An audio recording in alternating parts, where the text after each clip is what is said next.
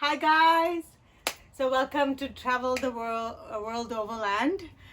Today Skanda is going to give you a tour of the electrical part of the RV. We've had this RV for a few years and we use it regularly, and yes, Skanda built everything, but I'm the user of it. So as a user, I'm really happy with how everything functions for everyday use.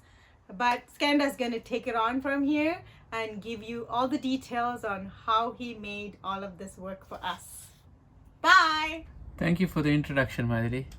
I'll do my best to show this electrical video of our van. It's been a long due. We built this van, finished building it 2020. We started in 2019. It's 4 years we haven't done this. I think it's time to do this, and it's a lot of fun. So anybody who's starting, I'll show what I got. Okay, let me show you. So here we go. Under the bench seats, have taken the mattress out and the wood slats under the mattress, so you can see what's under the bench. We have some storage space, and we have in the back, it's a generator, gas tank inside. I'll get to that. I'll show you how that's built. And we have some electrical here, and then some electrical over this side as well, and then we have the water tank in the back half of this side. I'll try and explain to you much as I can, and also I will end of this video, I'll show you how to do some calculations so that you can design your system. Okay, so first thing, let me show you the battery. Without a battery, there's no electricity going to run for the 12 volts. So here's the battery. It's a 12 volts battery that I built with lithium-ion cells.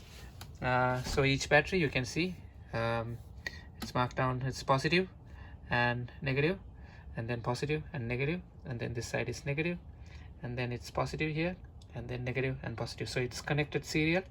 So you can see the bus bars are connecting from positive to negative, positive to negative, positive to negative, and then positive this side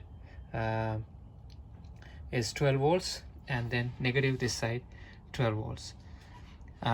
These batteries needs a BMS. Without a BMS, you can't function this battery.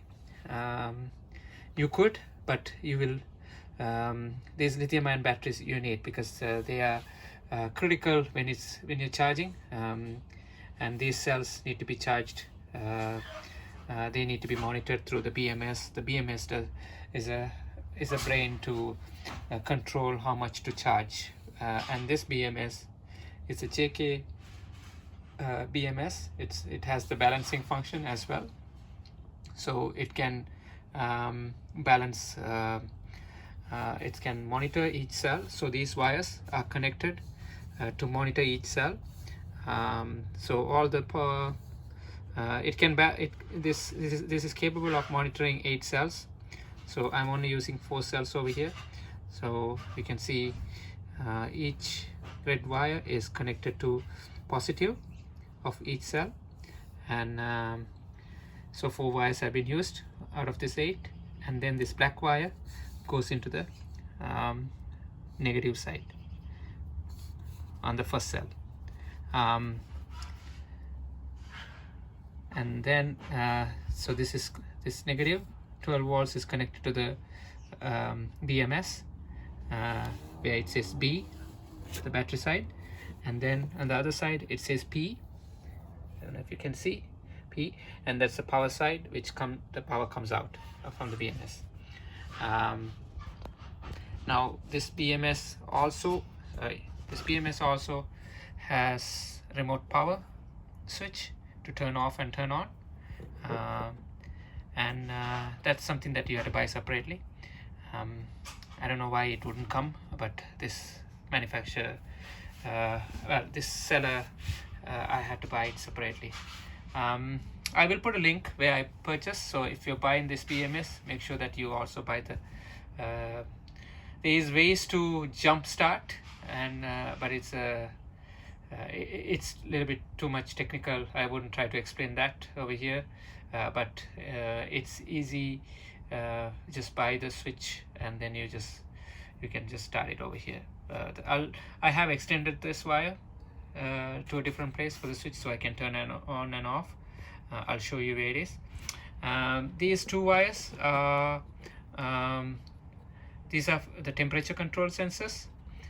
So if you have two battery sets, then you can have two battery sets connected, but I have both connected, one over here and then another one over here, so here and here. So it's between this wedged between the cells. So it's typically it helps during the winter time because you don't want to charge on sub-zero. So I have set up my battery to cut off when it gets down to 2 Celsius and turn on back again when it goes to 5 Celsius. So I would never will be charging when it's below 2 Celsius. So you can keep it a little bit higher if you want to be safe, but that's totally up to you. And all the settings are very easy. You just connect this to their phone app. Let me show you.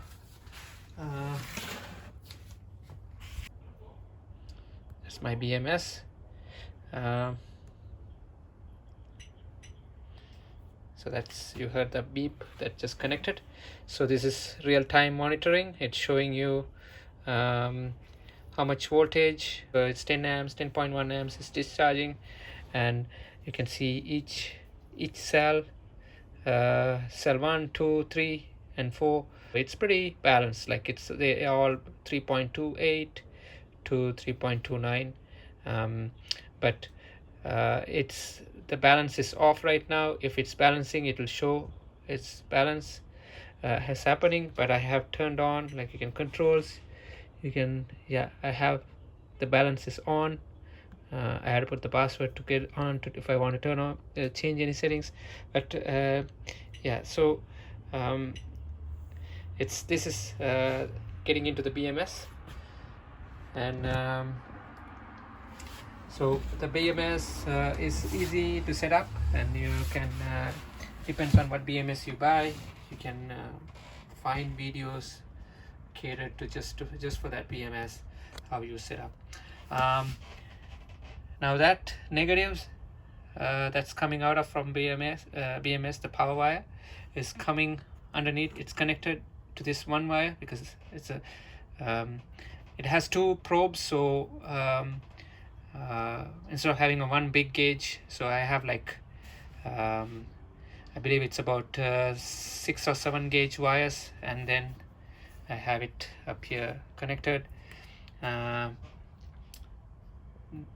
this is 280 amp battery. So and over here this is a Renogy shunt for the Renogy monitor. I'll show you where it's connected. So this is the wire that's going into the monitor, and then on the other side I have this one is supposed to be a black wire. I ran out of black wire, so I had extra red, so I marked it as black. This is going to the inverter for the black, and then this is going to the to my 12 volts breaker, I mean the fuse box, before it goes to all the other 12 volts appliances. And then this one is coming from another charge source when the van is running to charge. And also I have to this same wire I have hooked up solar power on another place in this wire, so that when the solar is working, so you have to make sure that anything that's you're drawing and also whatever you are charging, so discharging and charging both have to be connected onto this side of the shunt. So that way if you're charging, then it's going to, and if you're not drawing any power into any appliance, so that's going to come to charge. It's whatever it's charging, it's going to monitor on your energy and show, okay, how many amps you're charging. So, but if you have it on this side, it wouldn't be able to detect that. So you have to make sure that's on the other side. And that's all the battery. I guess that's covered. Now when we go into from the positive side of the battery, so I have this is where I have a 250 amp fuse, which everything is going through here. From here it's going to the inverter. It's a 2000 amp inverter, and then also it's going into 12 volts breaker. From here it's going into the breaker. This is where also I have solar power. The solar power, it's coming through here, these wires.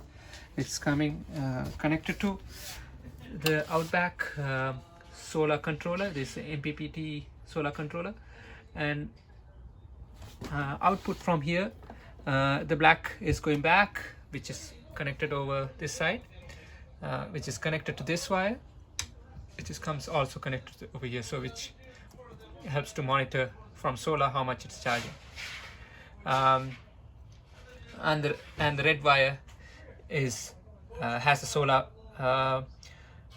just from the solar side as a breaker. If I want to turn off, that's anything charging from solar, if there's, or if I have to work on the solar panel, so I just turn off so that I can work on the solar panel. So that's soon after, as soon as it detects some power, so that's kicking in. Right now there is no charge coming.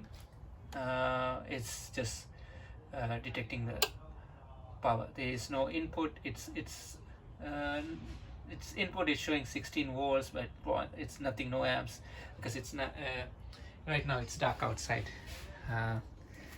Inverter is connected. Inverter power out is connected to the transfer switch over here, and the transfer switch, what it does is, if you have multiple 120 volts, so you can decide, okay, which one is the primary source to use. So I have, when my generator turns on, so generator wire is coming from underneath the van, and then it's connected on the other side, and from this side, this is the inverter that's connected. That's connected as well, and then output is from here, that's going into my electrical panel. I'll show you in a minute. So what this transfer switch does is, this is a 30 amp transfer switch. When the generator is turned on, if the inverter is still on, it'll not take the power from the inverter. It'll take the power from the generator. So that way you're not keep taking power from the generator. I mean, keep running the generator and keep taking power from the inverter, and then you will be killing the battery.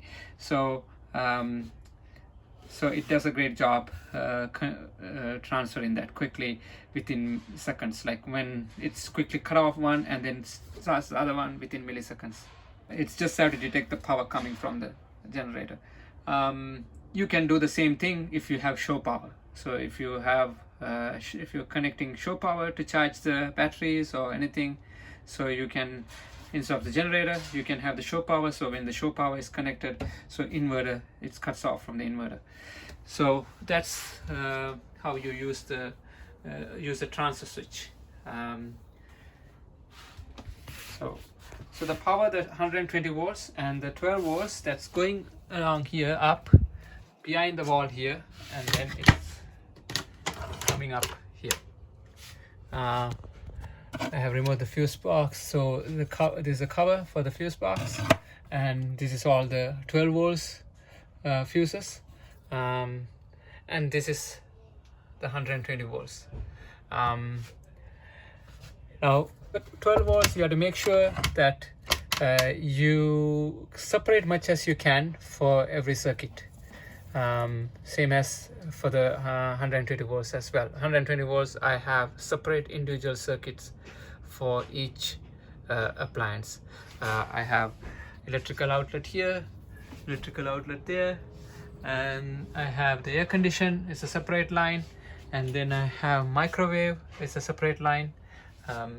So these are it takes it's 1800 watts, so it's going to blow your fuse if you have more than one in the same line. So so same thing with 120 volts as well, sorry, the 12 volts as well. You want to have separate lines, so you don't end up overloading and burning a wire behind the walls, that's the last thing you want to happen, because it's not going to be easy for you to find where the wire have burnt, or like to do a repair. So when you're doing it from the beginning, run the right gauge wires. Of these a lot of websites that you can find what size gauge you need to use for how many volts, and also you would be able to find the further you take the wire, the how long you have to run based on the length. There is resistance, based on the resistance you need to upgrade your wire. So it will I can find what I used, or if I'm not sure, because I built this van a few years ago now, so but I can find something and link, which you should be looking for how many,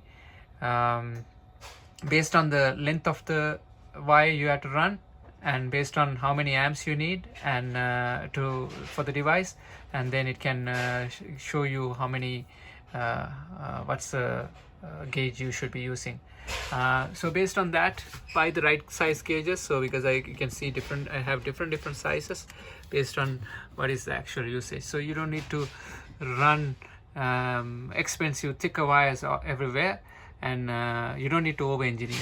As far as you know what you're doing, you do it properly, do the research, do it properly, and so that way you don't it's not going to give you any trouble. This van, we've been using it for last 4 years now, so we have no problem. So it's done properly, so I know there's no problem. One more thing over here I have is the switches for the BMS. I don't want to turn off now. If I push that button, that is the power that's going over here to the BMS, to turn off the BMS. So if I turn off the BMS, it will cut off all the power, and it will be down here. So I don't want to show that right now, but that's what that does. If I want to cut off all the power through the BMS, I can do that. We have microwave. I have a espresso machine. So these are 120 volt line, 120 volts, and there's receptacles everywhere where I need, and I also put the receptacles on the top. Let me see if I can access. I can't see in the back here. Let's see. So what I did was electrical metal boxes I put, and then it's also on the 120 volts that I ran is the metal with the metal casing. There are metal casing wrapped wires, the one that you use for the house. So it's nothing going to happen behind the wall. If there's a lot of vibration, so it's I know these. I have seen a lot of van building that people use 120 volts. They are just running on regular plastic conduits, and So but it's up to you what you want to do. But I just want to be on that part. I just want to be safe behind the wall, running that those proper wires. So that's the solar charge is coming through here. And also when the van is running, I use this charger. This is a smart charger that also can charge lithium ion batteries. So it's set up for the lithium ion battery. So when this kicks on, these are wires, there's a breaker over here for this, and these wires are connected to the other side, which I showed you, one of the wires that's coming on the other side, and the negative is connected to the main negative, the remaining negative on the other side, and this charges as well. So I get about, I have a, okay, let me show you how the power 120 volts coming over here to charge that. So I have this small inverter. This also was left behind. These are things that I didn't buy it. I had it. So I thought, okay, I'll use this instead of buying DC to DC converter. This is 760 watts inverter. When the van is start and running, there is a relay switch under the seat, which turns on the power. It feeds power to this inverter, and this inverter, when I have it turned on, so this powers 120 volts, gives about 700 watts. So that goes to, that feeds this automatically turns on, and then it starts charging. So that's another way I can charge when I'm running the van. So I can get about, it gives me about, when it's charging, it only gives me about 300 watts of charge through here. It's better than nothing. Roughly about 300 amps is about, 300 watts is about 25 amps. So but if I want to go DC to DC, probably I could get about 40 amps. So these things I have it already just sitting in my garage, so I just use those to but if I'm not using the van as full-time living, so I use for the weekends and my trips, so that's what I have for charging when I'm driving. And then solar, it's charges. So far I'm not running out of any juice, so I'm happy with the setup. The back box over here, so I have tight, so there's no fumes, anything comes out. So this is the fuel tank for the generator, and it's pretty sealed.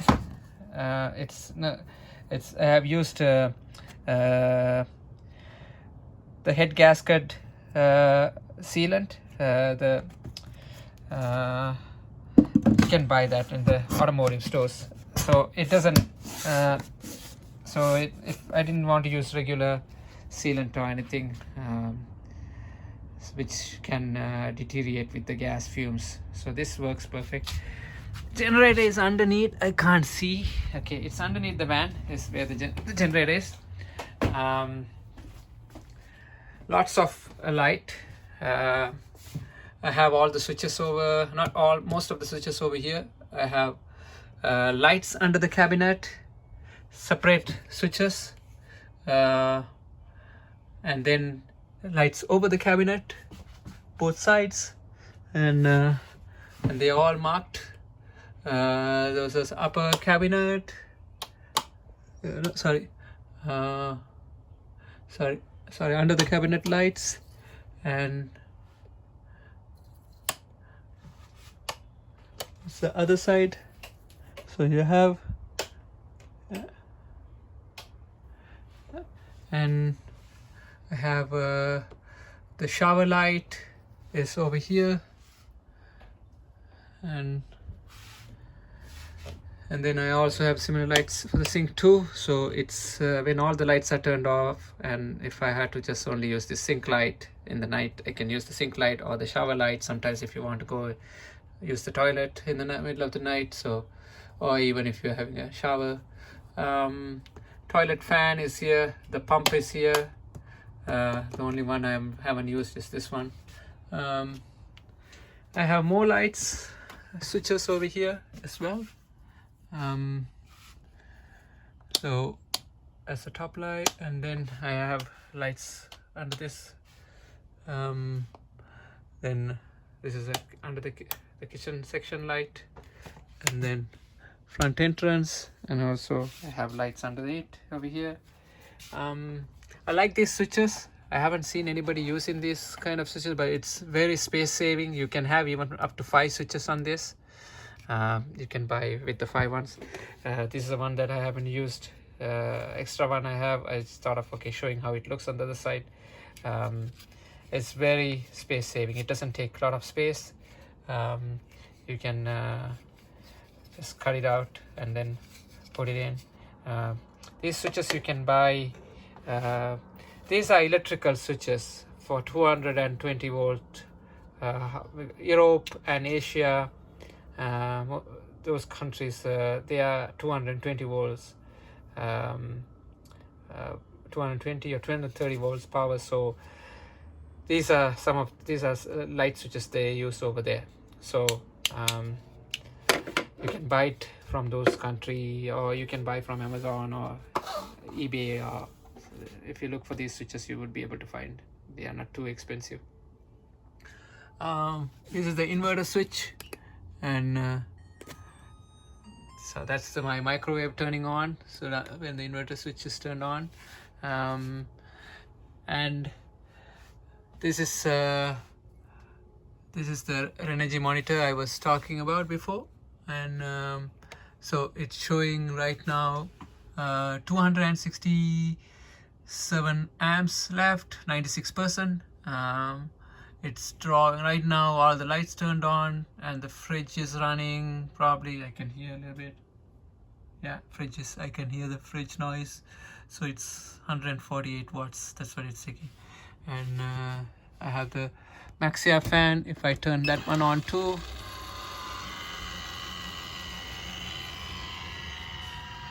it's jumped to 155, 53, yeah. So I can turn off. So, yeah. Maxia doesn't take much power. It's dropped down to 148. It's great. This Maxia, I just sometimes when it's hot days, because the solar lights keep charging, I leave the fan on, and so the van always smells nice. So when there is good air circulation. I also have this is the heater, diesel heater controller, and I have the diesel heater under the seat here. It's not the great place for this van. It doesn't heat to the back.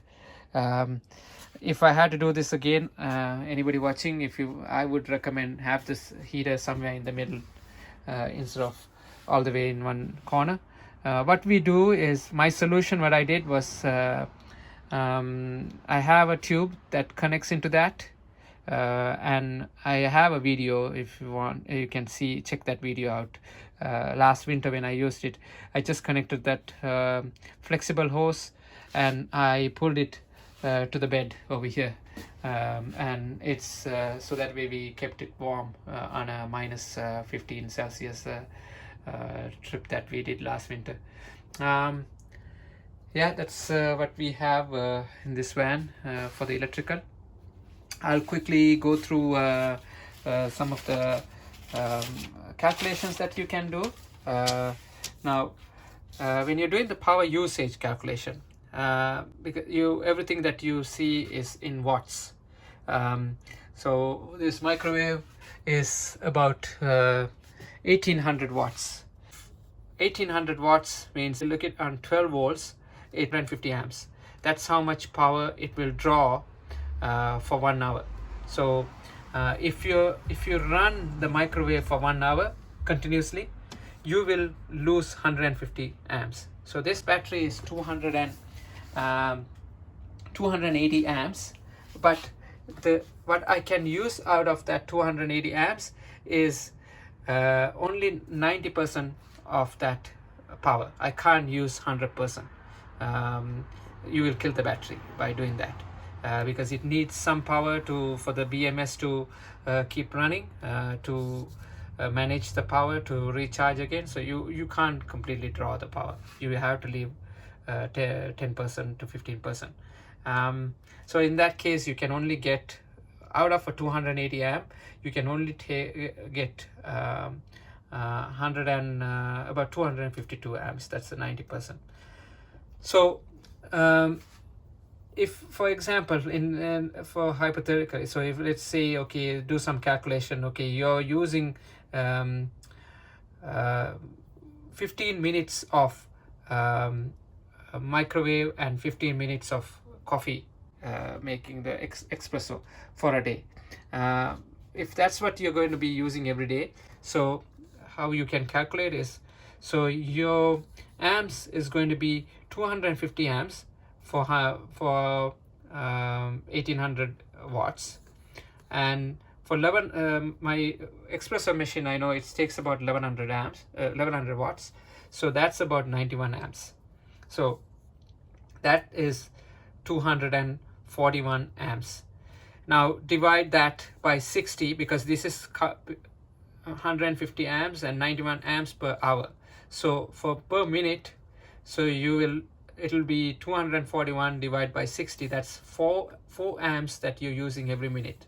And then for 15 minutes, 4 times 15, that'll be 60 amps is what you will be using every single day if you're using 15 minutes microwave and the coffee maker. Now let's say, okay, 60 amps is for this, and then the remaining, let's say, okay, you're using about another 40 amps of juice you're using just for the night, turning on lights, and another 20 or 30 amps, let's say, you're using for the fridge. So total, let's say, another 40 amps, just for the sake of the calculation. So that's like, let's say you're using 100 amps. Now to calculate your battery, if for 100 amps, how long can you use this 280 amps battery if you're using 100 amps per day? So that will be 280. So the 90% of that battery will be 252 amps. Okay, so I hope you guys all following.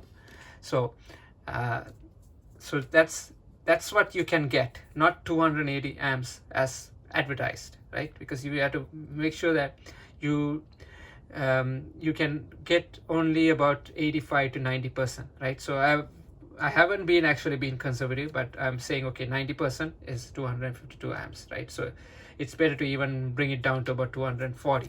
So based on 252 amps, so you can actually, without charging anything, no charge, if your solar is not working, if you're not driving, so you're not charging either, so you can stay in one place for 2.5 days based on 100 amps only, right? So that's not using your microwave and coffee machine for more than 15 minutes, and we are assuming your fridge is very efficient. It's only going to draw about maybe to 30 amps, and remaining 20 amps is just for the lights, right? So I actually forgot about the pump. Okay, pump, it doesn't keep on taking more power either. So let's assume, we'll still assume it's 100 amps, right? So based on that, it's 2.5. So let's put the pump and that as well. So let's say about 2 days. So that's what you can without charging. Now you know how to calculate your power usage, right? And battery calculation also. Now you know, okay, how long your battery will last. So those are calculations for the battery and the power usage. Now we can calculate what's based on your source, what's based on your everyday charging, whatever it's going to charge, how that's going to work on that side. So in my example, the solar panel I have on the roof is 350 watts panel. Now solar panel also doesn't, because they advertise 350 watts, that's what the label says. It doesn't mean that you're going to get 350 watts. You're also going to get less, because the efficiency of the solar panel only for the first year, brand new one, will give you about 90%. And after that, after the first year, it will give you only about 85%. I don't know today if there's better panels that's out there. It's continue giving you more efficiency output, but typically that's what it's been. So but you can also look at what is your efficiency rate after the start using. It's normally they would advertise, not advertise, it will be on the spec sheet. So you have to look at on the solar panel spec sheet. So that way you can, they will advertise as 350 watt panel, right? So in that case, you're going to only get 297 watts in a good sun when you're getting, that's the peak, right? When the sun is hitting right on the panel on the right direction, and that's the when it's fully exposed to sun. Let's say you're able to some people, some vans I have seen, okay, they have like set up, you can angle the panel, and you can get better continuously you can get more sun, more solar, right? If that's, or if you, let's say you are parked and you're continuously getting about 8 hours of sun. Now again, this is hypothetical. You have to check if you have good monitors, if you have a solar panel. Again, it also depends on where you're going and depends on what time period of the year too, right? If it's winter, you're not going to get. If it's a summer, okay, let's say, okay, typically if there's a good sun, nice day, sunny, and you're getting 10 hours, but let's say you're getting about 8 hours, you can cut down these numbers, right? So I'm just calculating, okay, if it's 8 hours, if I'm getting sunlight, so in this, with my panel 297 amps, so 297 watt panel, I can get for 8 hours 2376 watts. That converting into amps, 12 volts charging, so I'm going to only charge 198 amps. Now there is some losses when it's on MPPT. There's not a whole lot of loss, but there is a slight loss there too, right, when it's charging. And there is also, forgot to mention about inverter, also has losses when you're converting DC to AC as well, like when you're using but there is about 8% loss there. So but you can be a little bit more conservative than my calculations, right? Just reduce another 10% of what I am saying, so just to be more safe on your side. So that's about with 198 amps. That's when we looked at this side, about 100 amps, and so total based on 100 amps, you're actually getting you have surplus of 98 amps, because if you're going to get 198 amps of charge through solar, you will have surplus of 98 amps, which would be able to continue working. Like, you wouldn't actually run out in 2.5 days. You will continue if that's the usage. And if you're every day, if you're parking few hours, maybe 5 to 8 hours of parking in sunny areas, or if you're driving, and driving also, I'm getting at least 300 watts. So if I'm driving about maybe 5 hours or so, that's also charging. So so in that case, you will never run out of your power within 2.5 days. You will continue. You will be drawing 100 amps, and you will be keep charging 198. Well, you can't charge 198. It's going to cut off after its charges tops up to 100 another 100 amps, and then it'll bring back to 280 amps, your total capacity, right? So So before you dump a lot of money into more batteries, just look at what's your usage, right? If you going to have electric cooktop, now we don't have electric cooktop, we have gas burner. So if you're going to have electric cooktop, then that's about another 1,000 watts. So depends on what kind of electric cooktop you're putting. Now most of the induction cooktops are like 1,000 watts, or some of them are 1,500 watts. So if it's a 1,500 watts, if you're going to cook for, think about, okay, you don't have the microwave, if you're cooking for 15 minutes, you can do cooking for every day 15 minutes, then you will be okay with this kind of setup. But if you're going to cook, but then you can't have a microwave, if you also have a microwave, then you're going to add more. So you will have to have another battery, right? So more than 280 amps, so you will have to double that. So and then again, if you're going to cook for more than 15 minutes, then you need more power, right? So one thing I don't have over here is an electric cooktop, so I haven't tried that to see, okay, how much I would draw in a practically when I'm using. I know I wouldn't use my coffee machine for 15 minutes. It's 5 minutes, you're done. Another coffee later in the day, another 5 minutes, me and my wife make two together and it's done. So 10 minutes is what we use normally, coffee machine. And microwave is same thing. Maybe one day we will use for 10 minutes, one day we might use for 15 minutes, one day I might never use it because I might not have anything to warm up and eat, because we normally don't cook in the microwave. It's just only maybe heating up something. So that's how you do the calculation if you're not sure how to do electrical calculation. I hope this video is educational and you get something out of this. So I'm going to do another video for the water, how I have set up the water. I have the heating system is not, it's heating through glycol, so I can share some of that information. And also I'll keep adding more videos about how we got into this. If you haven't subscribed, subscribe and stay tuned, and we will keep updating you with more videos. I know we have built this long ago and haven't shared a lot of information, so we would like to share